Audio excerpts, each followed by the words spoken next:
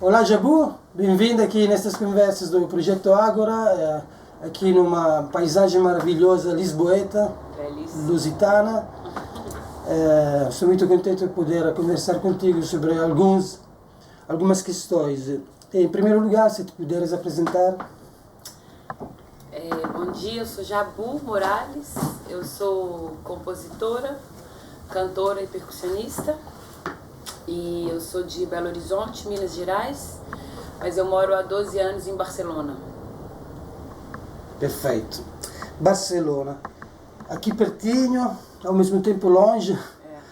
Queria saber, por exemplo, viveste esse período todo em Espanha, portanto é interessante também perceber o que aconteceu aqui ao lado. Na tua carreira, exatamente, digamos assim, de cantora, música, porque também és performer de percussões e tens vários grupos lá. Como é que viveste esta altura desde março de 2020 e quais, em particular, qual o impacto financeiro? Impacto financeiro foi uma absoluta suspensão. Antes da pandemia, eu tinha uma dinâmica laboral de um projeto semanal na cidade, que era o Madame Baião, que era um grupo de forró, que a gente se apresentava semanalmente. E no verão eu saía viajar com o Aion, era mais ou menos essa a dinâmica. E com a pandemia, o forró acabou, foi a primeira coisa que teve que ser suspendida. As minhas aulas de maracatu também tiveram que parar. E a gente ainda conseguiu com o Aion fazer algumas coisas no verão, mas tudo sem perspectiva. Foi de repente essa fonte de renda, de ingresso que eu tinha foi suspendido. Um pouquinho a gente fez no verão e afortunadamente no fim do ano eu consegui uma ajuda não, meus direitos de compositora, entrou um dinheiro que eu não esperava, então também deu uma certa aliviada. E um pouco antes da pandemia a gente conseguiu realizar um festival de forró que acontece anualmente, que é um festival que a gente faz, chama Festival Sereia. Então a gente fez a última edição no começo de fevereiro e veio a pandemia. Então eu acho que nos primeiros meses eu ainda fiquei ecoando esse restinho assim, de vida, de trocas. E na verdade eu não pensei muito... Eu acho que eu não parei assim no começo, eu segui a inércia que eu vinha. A gente decidiu lançar o disco que a gente tinha gravado nesse momento da pandemia, então a gente foi encontrando coisas para seguir vivendo a densidade do que estava rolando, sem saber quando ia terminar, mas tentando manter a vista alta, o foco alto, para seguir meio ali com um horizonte um pouco utópico, seguir caminhando, não entrar nessa... Porque era um momento de muita dúvida. Eu acho que a dúvida que tem um efeito nocivo assim, na criação e nos projetos, porque você fica paralisado, você não assume nem a derrota, nem a abundância, você fica nessa... Um limbo. E essa decisão de lançar o disco foi forte. Conheço muitos grupos, muitos músicos que têm disco pronto e estão aguentando, está tudo na gaveta. Foi uma decisão meio assim, foi tipo uma escolha. Nossa manager na altura pontuou isso, né, que era um momento meio difícil, que geralmente as pessoas pensam um lançamento como um plantio para colher na hora de você circular isso que você acabou de lançar. E a gente ia plantar, mas ia colher sabe-se quando. E esse tempo também podia passar, muitas coisas podiam dar errado. Sim. Mas a gente teve sorte e conseguiu tecer assim, uma equipe massa e um assessor de imprensa legal e conseguimos manter isso alto. E finalmente foi uma jogada boa, que o disco teve um reconhecimento e ficou reverberando muito tempo. Foi meio um jornalista inglês, a gente fez uma entrevista da Songlines e ele teve uma descrição muito linda assim, da sensação que ele tinha quando ele ouvia, que era mesmo um sol que aparecia e esquentava os corações e trazia assim, uma coisa muito positiva nesse momento tão difícil, tão duro, tão inesperado que a gente vivia. Então a música vem também como um momento digamos, de ajuda para as pessoas? Acho que foi assim, para mim, nesse momento, essa reflexão que todo mundo fez, né? O que é realmente necessário, assim, nos primeiros meses de pandemia. O que você precisa para viver mesmo? E papel higiênico foi visto que a humanidade toda precisa. Farinha, era engraçado, nos primeiros meses acabava a farinha dos supermercados.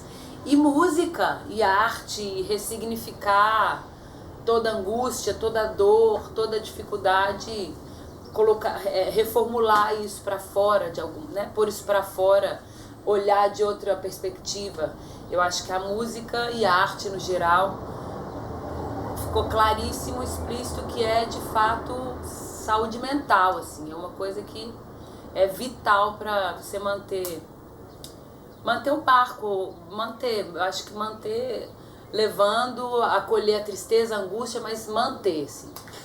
E penso também que a rotina me ajudou. Eu acho que o fato de ter que estar com os meus filhos, mantendo as coisas mais ou menos em marcha, com a coisa da escolinha online, que uma época foi, e fazer as comidas e manter essa coisa na casa foi bem importante para que eu pudesse viver as angústias e todos os processos assim, mas num acordo, assim, tudo bem, vem, é legítima angústia, mas depois você vai ter que ir embora, porque eu preciso te fazer o almoço, assim. Exato. Então era uma coisa que ela não me afogava, era um acordo.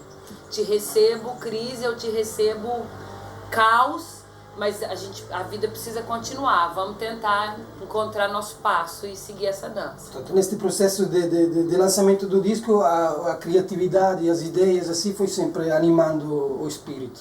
A criatividade e as ideias, elas foram sempre mantendo o barco andando, sim. Eu tava com o Albert, meu companheiro, então a gente conseguia manter isso vivo e estar sempre cantando, compondo, criando, esboçando alguma coisa, pensando alguma maneira de seguir em movimento, de seguir criando. Mesmo que a gente não tivesse ainda claro qual era a finalidade do que a gente estava criando. Era simplesmente criar para existir. Para existir, fantástico. E em relação, depois no verão de 2020, depois do primeiro confinamento, chegaste a fazer alguns concertos em turnê internacional? Fizemos, a gente fez acho que 15 concertos, alguma coisa assim.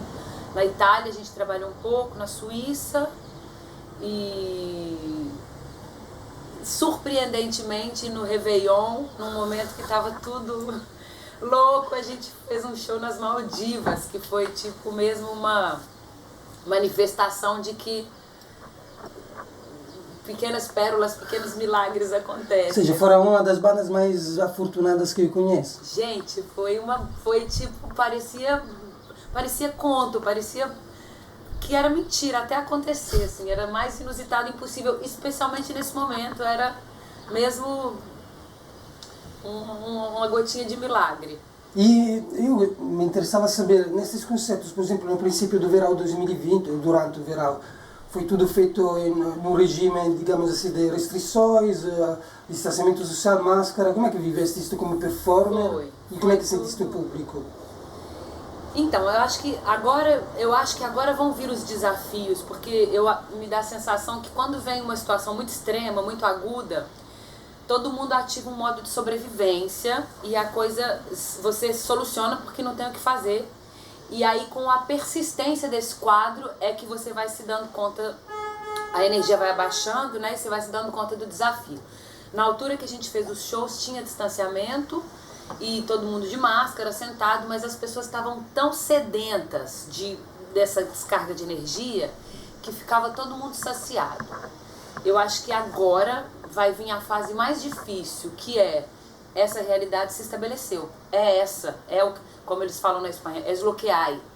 Então agora que vai ser o desafio de você seguir comunicando com o público, seguir apresentando uma música que é solar e é de festa, mas tendo em consideração que agora a premissa é que as pessoas vão estar sentadas, que tem esse distanciamento, que vai ter que ter uma comunicação diferente.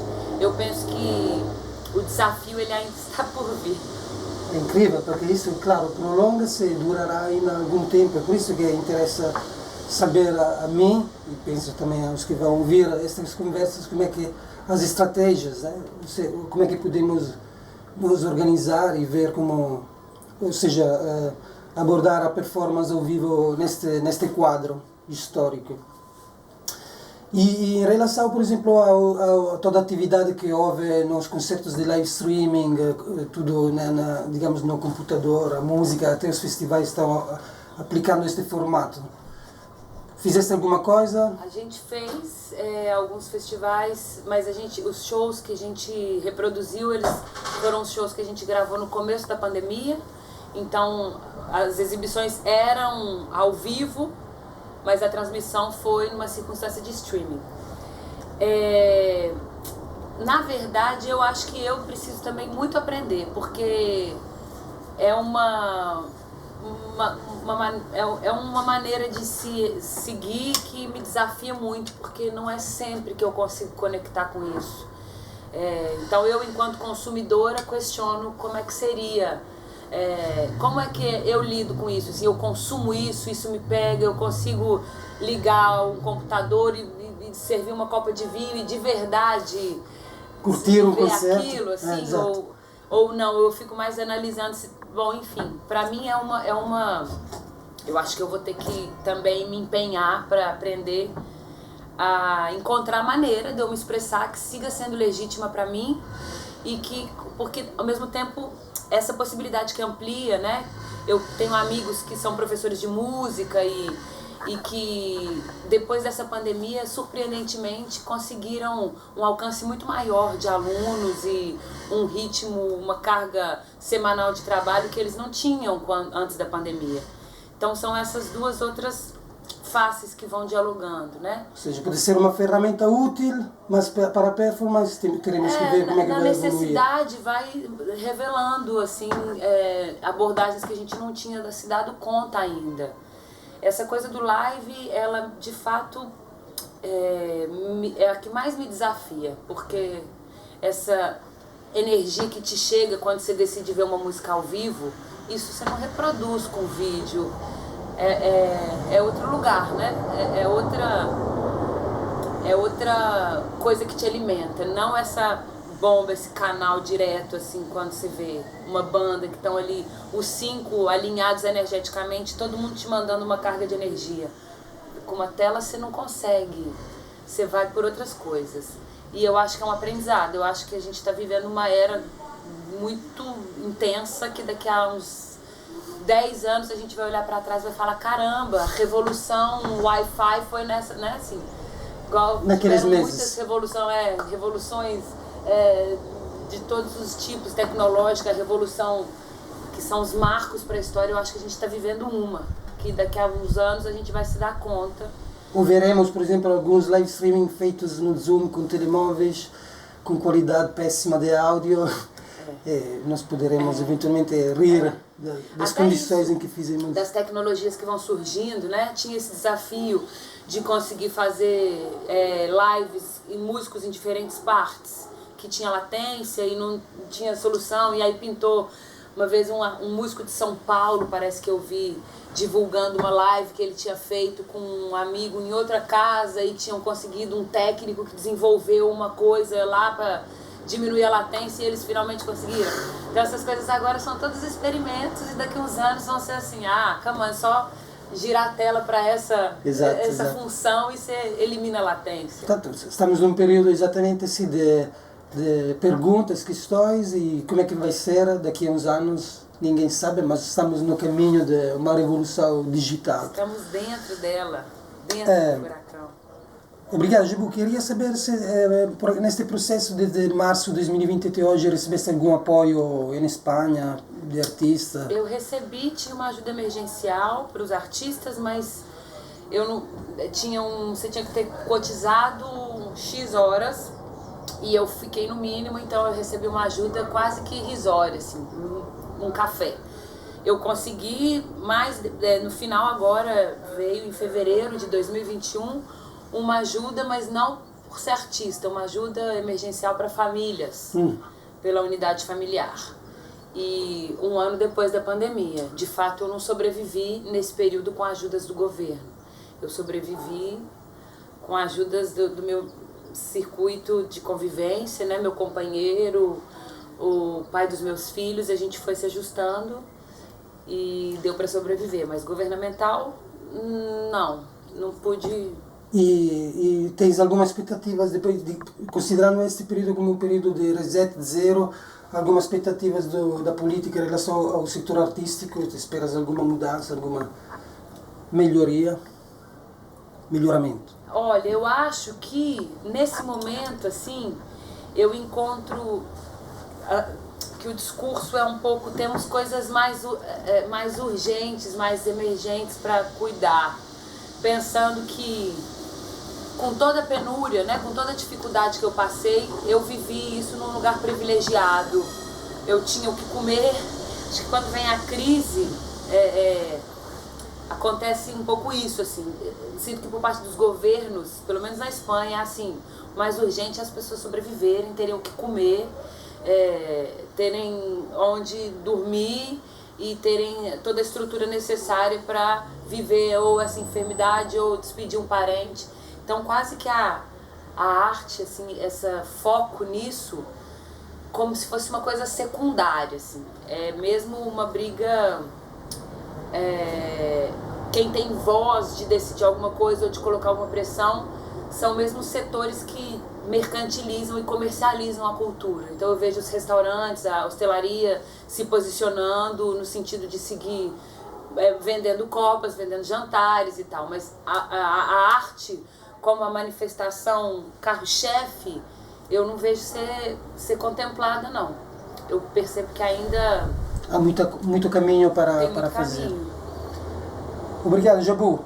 Muito obrigado pelo contributo. Eu queria só saber se durante este período, justamente, lançaste um disco, se podes nos aconselhar 2 músicas, 1 ou 2, para nos ligar aqui e para o público poder ouvir-te cantar e tocar. Nesse período, 2 músicas, eu acho que Echu, que é uma música que abre os caminhos, e pra gente foi mesmo o momento que a gente decidiu lançar, as coisas começaram a acontecer, e um pouquinho de doçura, Maré e Luar, para as pessoas conseguirem sorrir um pouco e desligar de toda essa densidade que a gente está vivendo. Obrigado. Estão as 2 no disco do Estão Aion? as 2 no disco, dá para ouvir na sua plataforma digital preferida, Spotify, YouTube, Deezer, SoundCloud, Bandcamp. Perfeito. Graças, muitas graças, obrigado, muito obrigado. Graças mille.